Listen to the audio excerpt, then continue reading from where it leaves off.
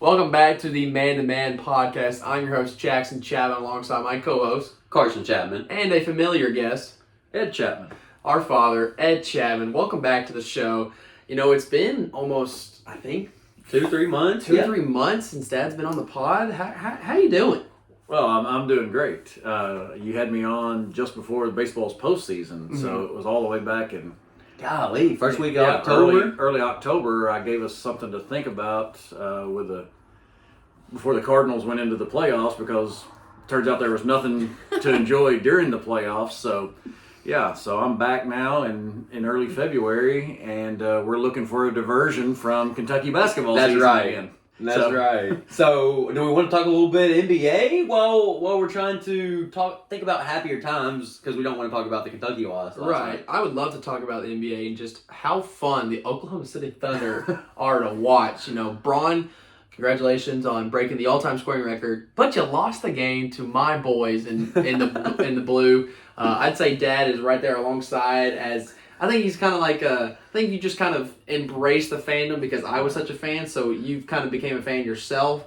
And so, what are you seeing from the boys in blue? I like to see you happy, so Thank you. Hey, I appreciate it. I mean, so I want them to do well. The Thunder have been spending a lot of time in recent years taking their losses. Trusting the process. Well, they are the youngest team still in the NBA by far, and now they are competitive and will be within striking distance, it appears, of making it into that play-in round. Whether they want to do that or get in the lottery, I'm not sure exactly, but it's almost time for them to take the next step, because you've got a full-fledged all-star in Shai Gilgeous-Alexander, and the rest of the guys are coming around. Holmgren should be healthy and ready to go next year. We're gonna get KD this offseason. Well, that's where did that come from, Jack? I want him home, and I think he wants to be home.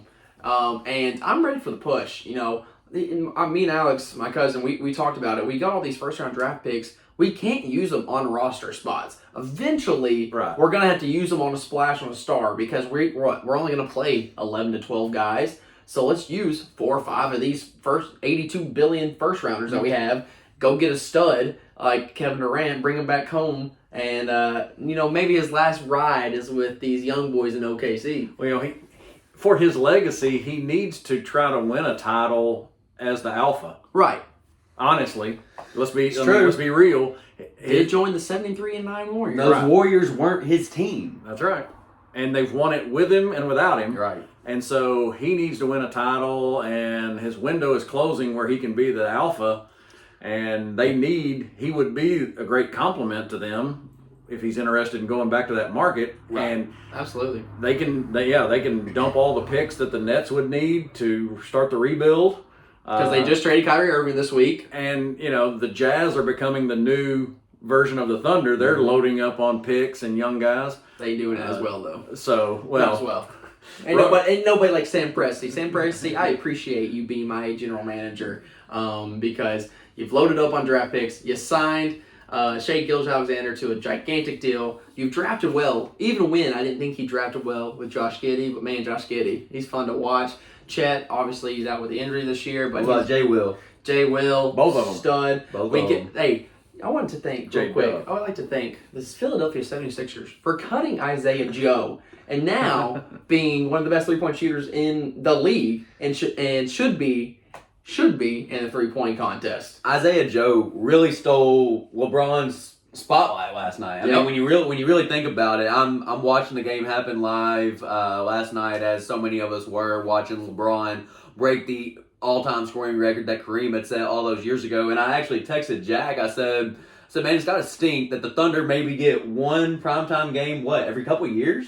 Man, We even had one since the bubble team that went with CP. So that was 2020. 2020. That's the last time we've had a televised game like that. And so you get last night and everything that encompassed, and LeBron breaks a record on you, so that's not all that great, but at the same time, the Thunder were stealing the show and winning. Absolutely. And so I texted him, I said, you can spoil the party, although I don't think anybody was spoiling LeBron's party last night. I think he was celebrating regardless. They could have lost by scoreboard 20 and looked he wouldn't have cared. He was going to celebrate. Can we talk about how like that whole thing came together after that point is scored. Like basically like a halftime show there. It was like 10-minute break. I was gonna need somebody to tell both teams to go ahead and start layup lines again. Go ahead and get the warm ups going. It was such a spectacle and well deserved. Like I want to give LeBron his flowers. Don't let me come across that way. But I thought it was quite the spectacle, and the Thunder just so happened to rain on his parade. You'll have to hear Dad's perspective of the break. Tell him what you were talking about last night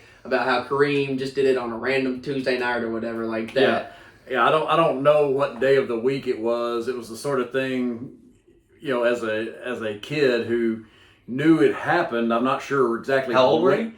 Well, let's see what happened in '84. So I was about to turn 11. Okay. And I honestly remember reading about it in the Sporting News, which was our weekly magazine, the weekly newspaper. Before Sports Illustrated. Well, no, it was in conjunction with that. And so it was known for in-depth articles, and so that's how I learned to read, really, was reading the Sporting News.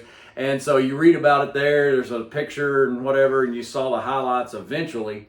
But, it's just a random game in Salt Lake City against the Jazz, no fanfare to amount to anything. It's just a difference in today's world. But you had to know LeBron's breaking of the record was going to be a massive undertaking for everybody involved. It was going to be a big show, and kudos to him. Obviously, the greatest, most impressive high-level career of anyone to put together this level of a career in terms of production for this many years. Nobody's done it better. Right. Now, he doesn't win like Michael won. There it is. There we go. There's no denying what LeBron has been able to do. He has perhaps had the greatest overall long career of any player. Longevity, consistency all the way across. Didn't retire twice. Right. So you knew Dad was gonna add a little jab in there for Michael. Didn't win 6 titles either. Exactly. We were actually kind of talking about which direction we wanted to go with this, and Jackson said maybe we bring in a LeBron MJ debate. And I was like, well, Dad's gonna find a way to do his thing. He'll sneak it in there. One more thing that I wanted to note about that whole celebration in that show. I'm texting back and forth with some friends last night. Everybody comes out on the court. You got his whole family. You got him taking all the pictures. Kareem's out there giving him the ball. Did you notice who was handing the mic over? They brought the whole cheerleaders. The Laker girls came onto the court and everything. And I was like, why are the Laker girls there? And while all this is happening, AD is sitting on the bench. I know we all saw that video. Right. Yeah, and I don't think Russ was participating as well. Russ just played his last game as a Laker. And as a Russ fan, I just hate it. I'm such a Russ fan that to this day, I will check the box score of every single Lakers game to see, hey, Russ have a good game tonight? I don't care if they lost by 20. Russ have a good game tonight? I just can't help it. I don't know what it is. It's just something about me I have to check. It's kind of like me checking the box score. See how many. You never did that with KD though. No. I never did that with KD. I was much more of a Russ guy than KD guy. A little childhood nostalgia. Right. I think. Even in his Wizards years, I caught myself streaming illegally Wizards games 2 years ago just because I wanted to watch Russ. I saw where since he signed that 5-year deal in 2017 with the Thunder. Right. He has played for the Thunder, the Rockets, the Wizards, the Lakers, and the Jazz. A new team every year. Yeah. It literally has been every year. He has played a season. He has played for a different team in every one of those 5 seasons. So, he's under contract with the Jazz temporarily. He's gonna get bought out. We'll see how that turns out for the remainder of Russ's season and his career. I check Twitter and I see journeyman. Stop. Russell Westbrook now. Who's he going to go into the Hall of Fame with? The Thunder. Stop. Don't even. Yeah, that's a terrible question. Terrible. But I don't know. The downfall of Russ, the hate that he gets, I can't stand it as a fan, but it is somewhat deserved. I know the numbers show Russ is the most ineffective basketball player on the court. Or inefficient, sorry. Yeah. So it's tough to see, but hopefully he finds somewhere he can go contribute on a playoff contending team, whether that's Boston, Miami, LA, the Clippers, not back to the Lakers. Okay. So Yeah, that's a lot of NBA we talked about. We are now going to segue into, as you see, Dad's shirt over here. We're rocking Cats. All three of us big Kentucky fans, even though this year haven't had much to cheer about. But in the years past, specifically the years of Coach Calipari, the production that we get from one and done players is unheard of. I don't think you see other colleges really producing as many one and dones as Cal has in this era that he has been the head coach of Kentucky. And so last episode we did the Murray State starting five with me, Carson, and Jonah. We are now doing a starting five with the Cal era Kentucky players. And I'm going based on this is the five that I think is going to win me a national title. I'm sure Dad's got a list of how many players over here. Well, about 40. He's got 40 players. If you run, if I didn't you want to forget anybody. Yeah, if I run out, I may come to your list. Right. So this is also I mentioned this to Dad. This is only based on their production while they were playing at Kentucky. We're not going based on their production in the NBA because Shai Gilgeous-Alexander would be a top 3 pick Right. because of how amazing he is in the NBA. But in the Kentucky sense, I don't think he's one of those top 3 point guards that Cal has had in his era. So this is strictly based on their Kentucky production. So Dad, as the guest. And we are in your house. Right.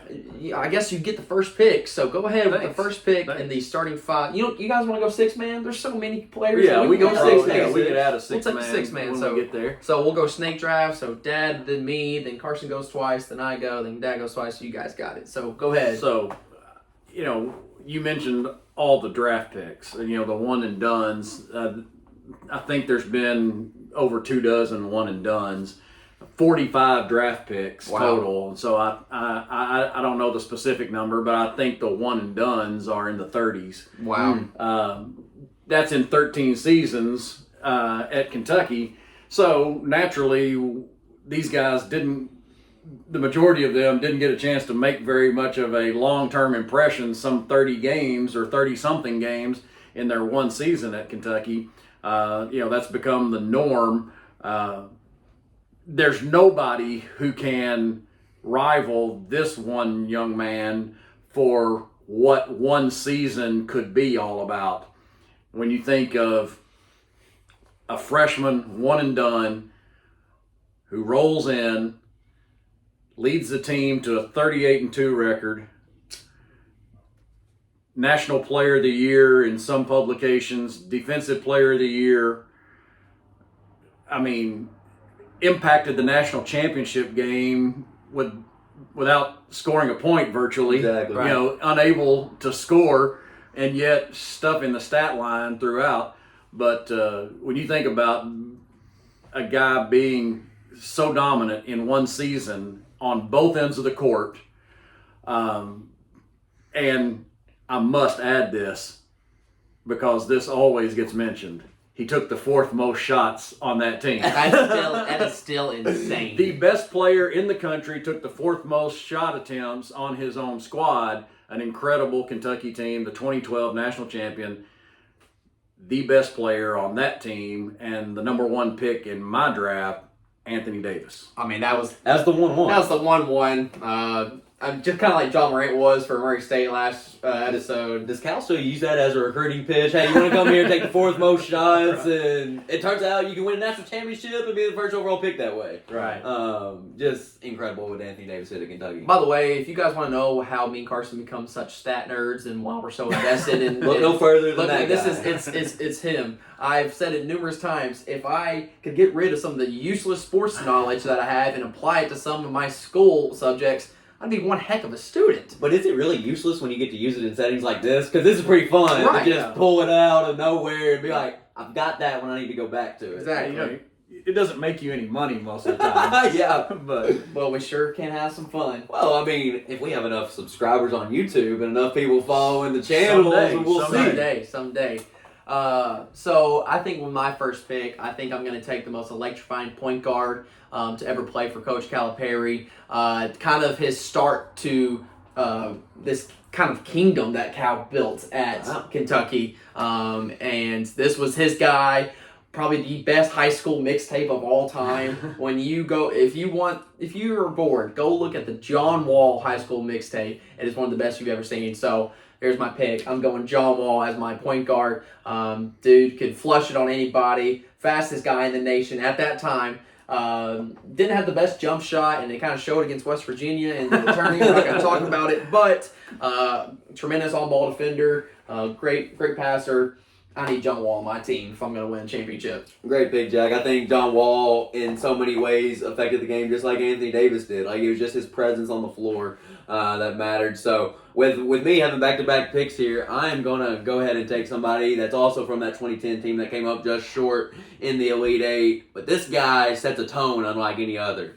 This guy was an enforcer. This guy was somebody that I had a fat head in my room to see if I was as tall as one DeMarcus Cousins. It was 6'10". Yeah, he says, "Call me" to the Mississippi State crowd. Pretty sure he put somebody in a headlock from Louisville. Because why not? Trying to fight him on Ruperino's floor. Jared Shropshire. Yeah, Shropshire. Of course, he knows that. Yeah, Okay. I wanted to say Shane Bohannon, but yeah, it was Jared Shropshire. How could I forget? Goodness gracious. But DeMarcus Cousins probably had a better NBA career than he ever did at Kentucky. But top 5 recruit in that class, a part of the change that was coming. You know, coming off the heels of the Billy Gillispie era, and having two high marquee guys like John Wall and DeMarcus Cousins come in and set the tone for that 2010 class was truly unbelievable. So he's my pick. I think he's probably him and maybe Karl Anthony Towns, who I know is probably going to get picked, probably the two best big guys Besides Davis. But that's what I'm saying. After Davis, so go ahead and get my center out of the way. I'm going to take DeMarcus, and then I'm going to go with the little man. I'm going to go with somebody that you can't really measure his height because it's not going to stand out, but you cannot quantify his heart, and that's Tyler Ewis. Wow. That is Tyler Ewis. Stole that from me. Coming That's in. all right. I don't know if that's a reach in the second round, but potentially Slightly. somebody he's like Tim's talk about when we did the Louisville and Kentucky player draft. It's just a heartstring guy. Somebody that stuck around for a second year, so much improved from his freshman year to his sophomore year. Carried a team to the SEC championship that year. The only bad thing you can say about Ewis is he never got it done in the tournament. That team burns out against Indiana and loses in the second round. To Yogi Ferrell. Right. I'm going to blame a lot of that on Scal LaBCA or LaBCA or whatever you want to say. But Tyler Ewis, cannot measure that man's heart. You know, I still love that picture of him bleeding against Louisville and leading us to a win there in the Yum Center. So Tyler Ewis and DeMarcus Cousins are going to headline my team. That's another great pick. Tyler Ewis is just a fan favorite, I would say, of us three and just Kentucky fans in general. And now I'm going with a guy who didn't get as much PT as he deserved, but was so good in the short amount of time that he was still the number 1 overall pick. And you kind of mentioned him earlier, Karl Anthony Towns. He didn't get the minutes that he deserved, really, because we could platoon on that team that was undefeated until Wisconsin. We don't want to talk about it. But Shot clock violation. it is what it is. But Karl Anthony Towns such a dominant post presence when he was at Kentucky. Now in the NBA, he's kind of transitioned to that stretch big. But for the amount of time that he played, if I was Karl Anthony Towns and I was that good, I would probably ask Cal, I need more minutes. Yeah. But team player, wanted to win the ball game. He did whatever Cal asked him to do. And I think the pick and roll duo of John Wall and Karl Anthony Towns is going to be pretty disgusting. So Karl Anthony Towns is my second overall pick. One has to wonder now how great an idea it was to split minutes between Towns and Dakari Johnson. Right. Now, and Dakari's perfectly good college player. Yeah. But come on. It's Towns. Talent is what wins. Yeah. Talent is what's going to separate in the tournament. You know, an interesting stat, you catch me on this one, just a quick glance as I was looking through the various rosters that we had and saw there's a stat was Cousins only averaged 23 and a half minutes a game. Wow, because the foul At trouble, Kentucky, probably. because he fouled Right. as an 18-year-old DeMarcus Cousins fouled a lot Yep. and averaged 15 and 10 basically. Did he really? 23 and a half That's minutes a nuts. game. Love that. So of course then, a few years later Towns only gets about those many minutes. So my sixth man needs to be a backup big. Right, we are for when going Cousins. That's yeah, right. yes, He okay. is going to be in foul trouble. All right, Okay. so now I get 2 picks. Correct. And there's not a whole lot of pressure on me to take a point guard now because you guys have selected Wall and Ulis. But I'll go ahead simply because the head of the monster is usually the point guard. Right. And so this guy. Well, there's a couple of guys I would consider, and I will even keep. I'll keep Brandon Knight in consideration as a combo guard here in a minute because he had such an incredible individual season at times with lots of clutch shots. I know there's a debate sometimes as to how good he really was throughout the season, and that was up and down. But he was certainly good when it was most He needed. delivered. But my point guard will be an electrifying guard who can stay with John Wall and whose size could give Ulis a little bit of trouble, and that's going to be De'Aaron Fox. Good Okay. pick. De'Aaron Really good Fox. pick. Man. He God, has so many good players. he had an- There's so he had- many good He had players. such a good season. He got so comfortable making winning plays and being the guy who could balance between keeping the bigs fed, in particular Bam that year, and keeping Monk fed. But he scored points as needed, and of course, before the NCAA tournament was over, he adopted and became the father of Lonzo Ball. So I mean, got a lot. rock the baby. He's got a lot like of stuff. Russell Westbrook. He had a lot of stuff going on. He not only had to play point guard for Cal and scored 30 something, but he had to he had to own Lonzo. It was and his take care of toughness him. that set him apart for me. He really did set the tone. Obviously a team that was a team that would have been remembered even more fondly, minus the last second shot by Luke May against Carolina in the Elite Eight, but certainly a team that had a lot of limitations besides Fox, Monk, and Adebayo, but they were outstanding. So now, where do you go? Do you go to your other big? Do you go to your shooting guard, which is really kind of an interesting collection of guys in the Cal era? It's pretty deep. It's deep, but they've almost all been better as a pro than they were with Cal. I agree. And it makes you think maybe we should have been paying attention to that all along. Maybe he doesn't do a great job with guards. Yep. The best 2 guard who's had the best season was Jamal Murray. Yeah. But he did it on a limited team in 2016, like you're talking about, Where he was where the he number had one to do option. it all. Right, Yeah, he he had had to to do do everything. it all. And so on a different squad, he doesn't get those same opportunities. I'm gonna make a decision though to go inside and get somebody. I think there's fewer outstanding talents who play inside, and I'm gonna get a guy who really I think was underrated in his 1 year at Kentucky, and that's Julius Randle. No, Man. no, that Yeah. was my next pick. Julius Randle. Oh, now gosh. I know he didn't play outside like he does in the NBA now, but he was a matchup nightmare with the left-handed guy who played beautifully from 15 feet and in, a double machine, and put a team on his back with a little help with late game situations from Aaron Harrison. Right. But Randall clearly the best player of that bunch, and so I'll put him with Anthony Davis up front, and let Fox push it in transition. Pretty good combo. Dang, man, I was going Randall right there. I thought my 2-headed monster of Randall Towns was going to be elite. So I think I'm going to transition into a shooting guard era. And the 3 that are cycling through my brain are Hero, Maxey, and Booker. And between those 3, and Monk too. Oh my gosh, Monk was my favorite player, dude. Monk was my dog. I absolutely loved Malik Monk. This is tough. There's so many. I'm not gonna take Monk from you. I've got 2 picks coming up. I'm not gonna take him from you. So if you don't take Monk here, you've got a chance to get him back. Okay. I'll leave you at that. Okay. Man. I've got 2 on tap that I can't let go. This is tough, man. Okay, so I want to take sophomore version of this player. And that's PJ Washington to run my 4. Sophomore version of PJ Washington. That is not where I thought you were going. Yeah. With you know, you told me I can kind of wait back. You've got Monk on the Right, back on the backside.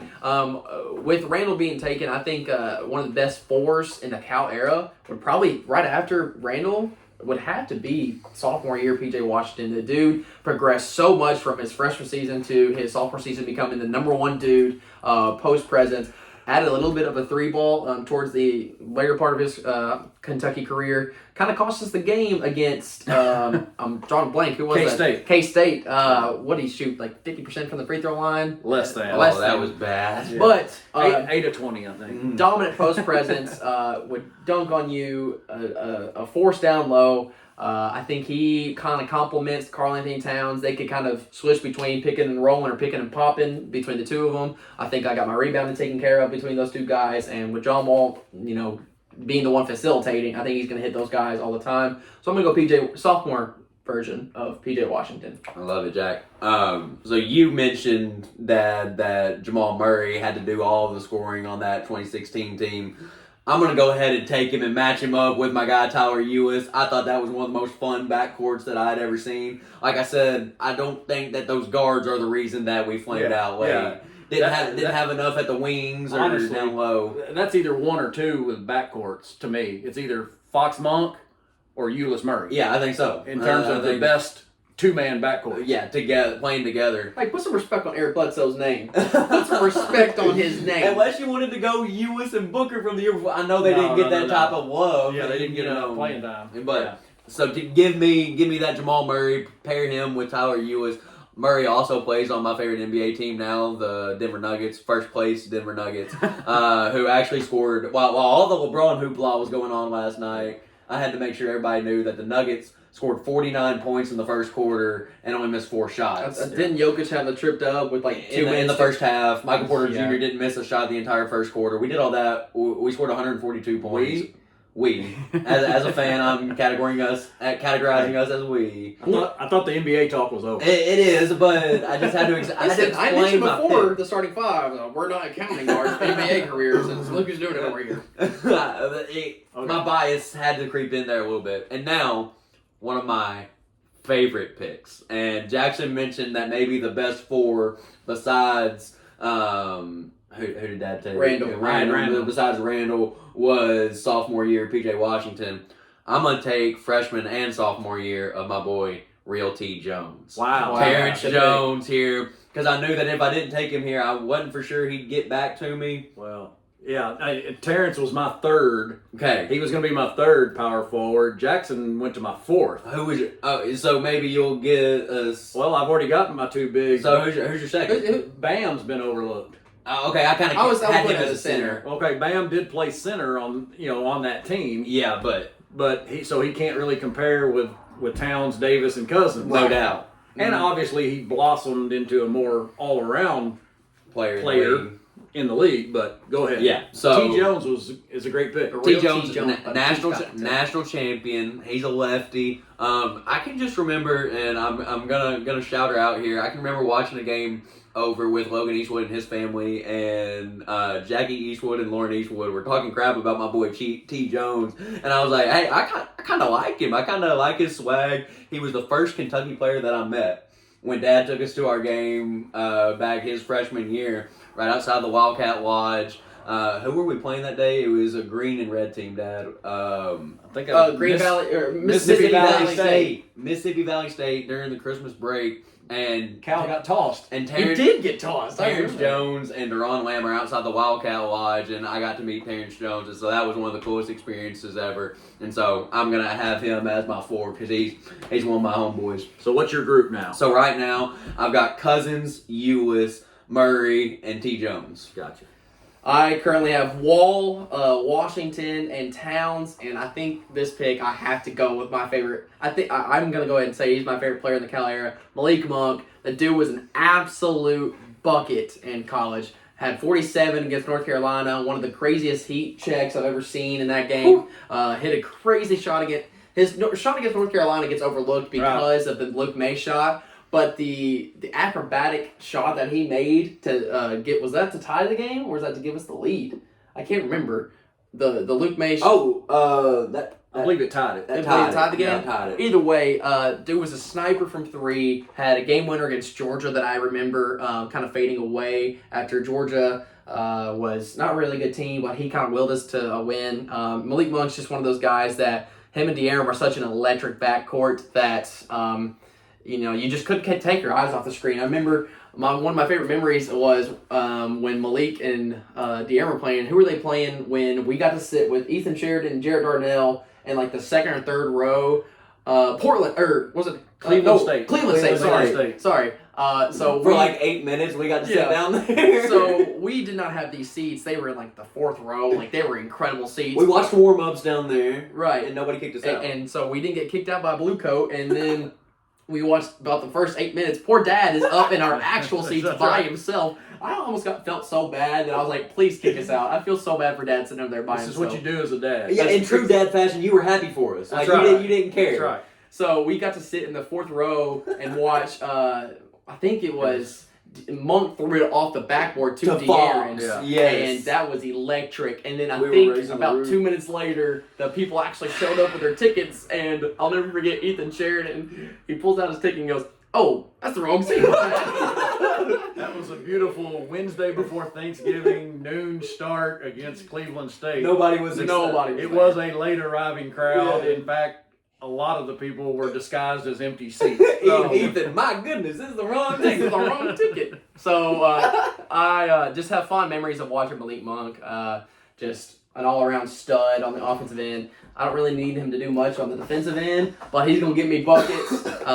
So I'm going Malik Monk. okay. Well, I mean, obviously, I made my choices. At the extreme ends of this draft, I went with the center Davis and the power forward Randall was my 3rd pick, and then I had De'Aaron Fox in between. So by making those choices, the 2 most dynamic 2 guards have gone off the board here with Murray and Monk. So I've got to get some shooting in here. And of course, there's plenty left. In the Cal era, you start looking at true small forwards, and we don't have a whole lot of those. Right. Probably Michael Kidd-Gilchrist is the most legitimate true 3-man as far as being a small forward. They often, of course, end up being a 3rd guard at that perimeter spot.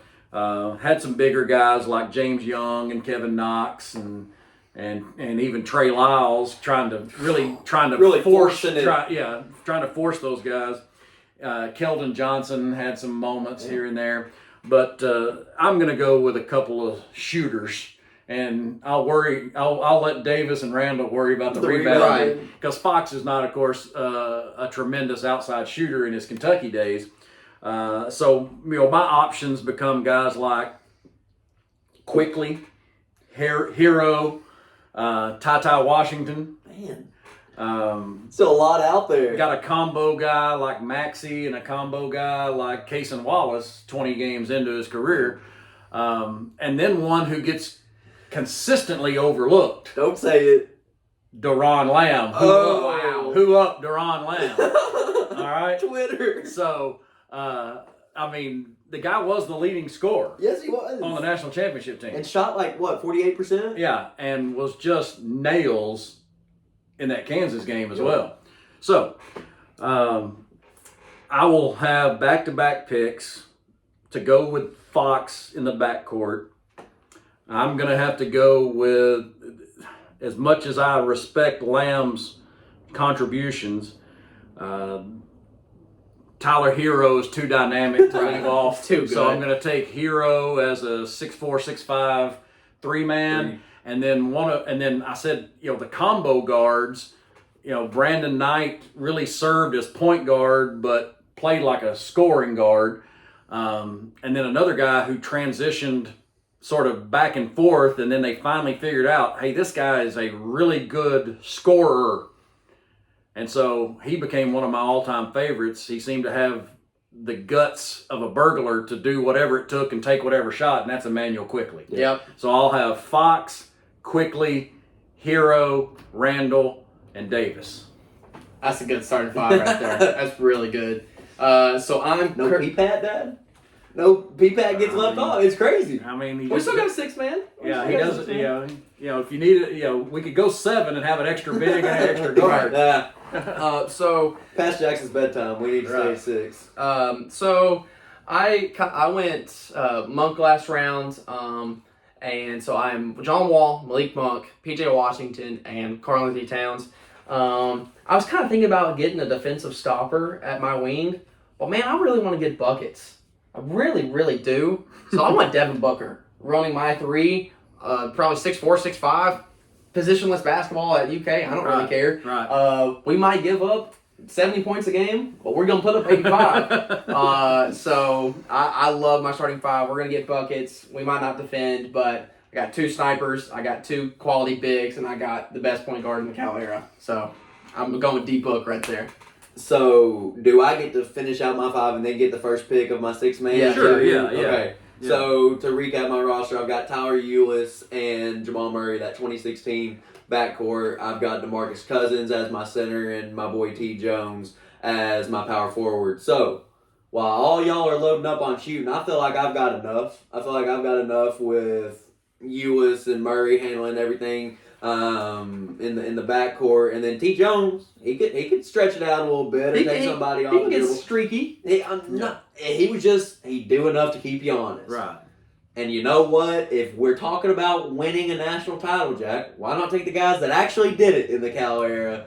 So I'm gonna take Michael Kidd-Gilchrist, Probably the best offender as in my the Cal era. defensive stopper. And it's not like that guy could never score. Right. We look at that picture of him shooting in the NBA, and we forget that in college he could still exercise his will on somebody, and he just played harder than everybody. Right. And so he could still average double-digit points a game and be effective in the college game. So I'm going to take Michael Kidd-Gilchrist. He was the number 2 pick in the draft, even though let's the be NBA real. guys get it wrong sometimes, and clearly he's not that kind of player. No. But he did have that kind of season that made you think this guy, Well, he could guard all 5 positions. Well, that if he gets drafted in the 90s, it might work. Right. But as the NBA is transitioning into the Steph Curry league Right. and becoming everybody needs to be able to shoot, he became the odd man out. Right. And so give me Michael Kidd-Gilchrist, and then why not stay on my roll? I've already got T. Jones a national champion. I've already got MKG a national champion. I'm gonna take Dad's personal favorite, who I thought you were gonna take, Mr. Darius Miller. 6-man. I was to gonna- that's who I a was T. going. I was going to take him for 6-man because that's his That's role. his actual role. The perfect 6-man. Played every position. Man from Mason County, wins a state championship in high school, wins a national championship at Kentucky. This guy, to go through what he did in his 4 years of college Right. and come out on the other side a national champion and just the consummate glue guy, felt like he never made a mistake. It Right. was like he was in the right place at the right time. He wasn't the most athletic guy, but he would take the challenge and guard the next best player outside of whoever MKG was guarding.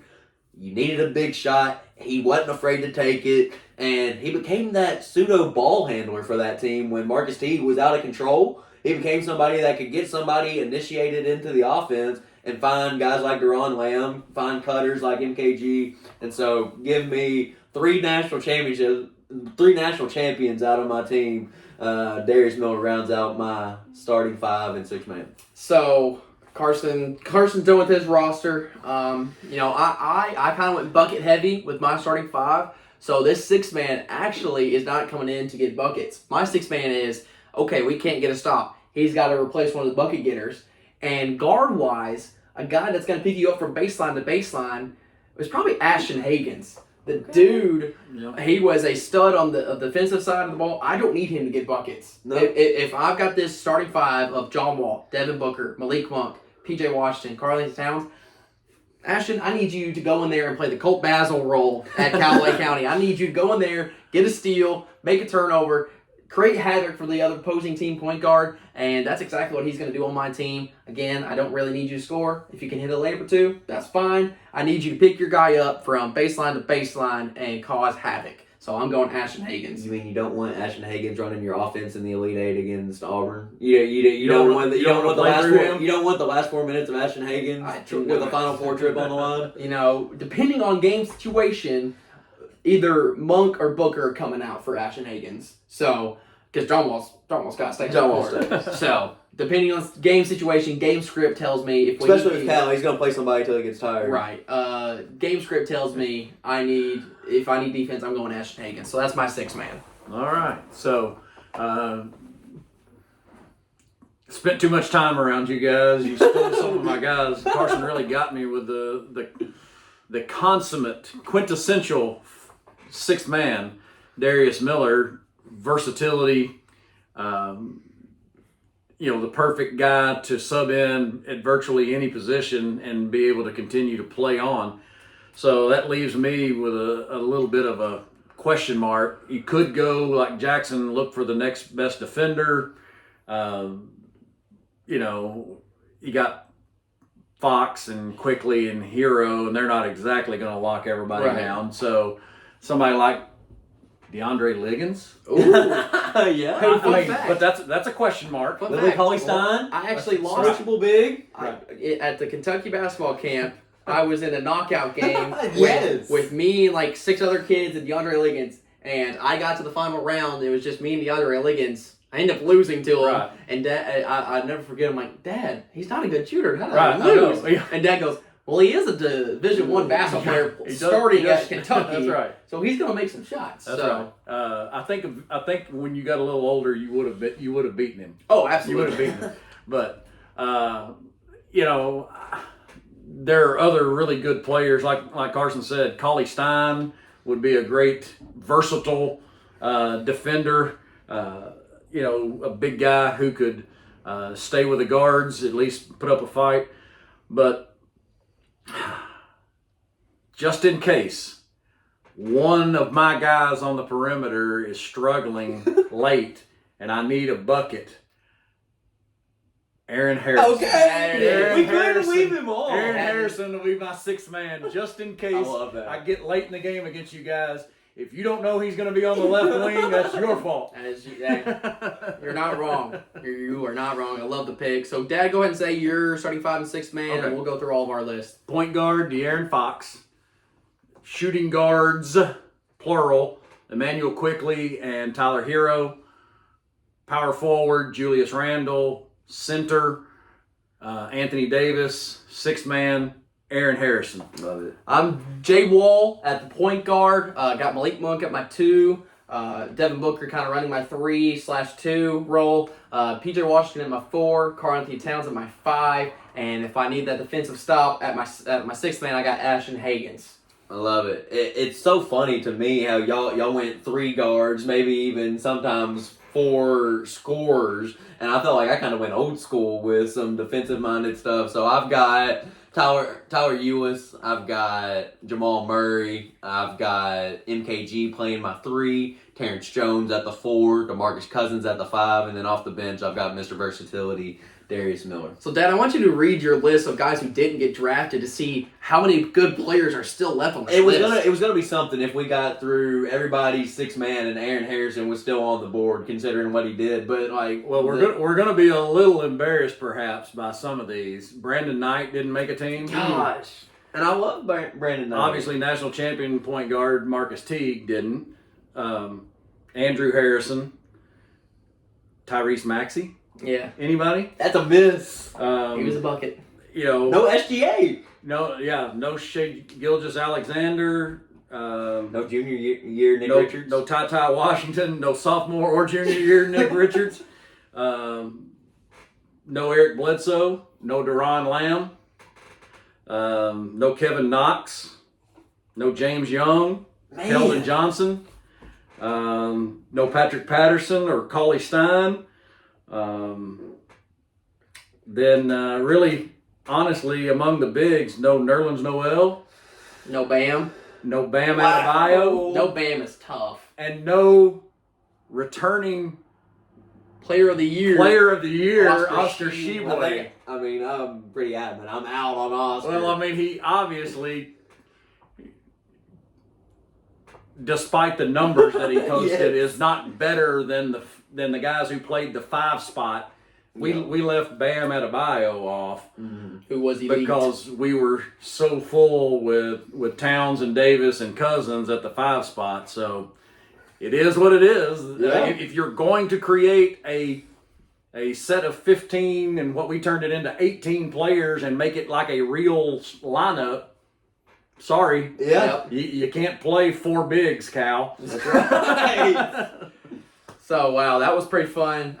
With Kentucky struggling this year, we have to kind of relive our glory days of just excellence in the Bluegrass State when it comes to basketball. So let us know in the comment section who had the best team, who are you picking to win you a national championship. I think all 3 of us are pretty confident in our teams. I would love to see I like my it. team. I like my team too. I'd love to see like some sort of like simulation if we could do that somehow of putting our 5s against each other. That'd be kind of cool. But thank you guys for listening. If you want to check us out on YouTube, just type in Jackson Chapman. I'll be posting on my social medias. I'm sure Carson will too. Super Bowl picks before we leave. I mean Chiefs. The Super Bowl picks before we leave. Jackson and I both actually called this back in like week 15, week 16. We called the Andy Reid Bowl, also known as the Kelsey Bowl. You've got the Chiefs Eagles showing up. It's really hard for me to bet against Patrick Mahomes. He's going to win the MVP this week and then head into the game, which that's normally not a good thing. Normally not a good thing to win the MVP and then be playing in the Super Bowl. That doesn't really match up. And it's really hard for me to go against the Eagles with all the former Alabama players playing for them as well. But go ahead and give me Mr. Mahomes and the Chiefs. Okay, so you both got the Chiefs. Yeah. It's going to be a Philly special. There we go, Dad. Philly special. How crazy would it be to win the game? They actually went to Philly special. Yeah. That would be so cool. So I'll be the contrarian. I think we're going to be great either way, potentially. It's going to be a great Super Bowl. Yeah, I hope it's great great. Super Bowl. I hope it's as entertaining as we all expect it to be. Right. And I'll just be a little bit oddball, and I'll pick the Eagles. So there you have it. Thank you guys for listening to the podcast. Make sure you guys check us out on YouTube and Apple Podcasts, and we will see you guys next week. Love you guys.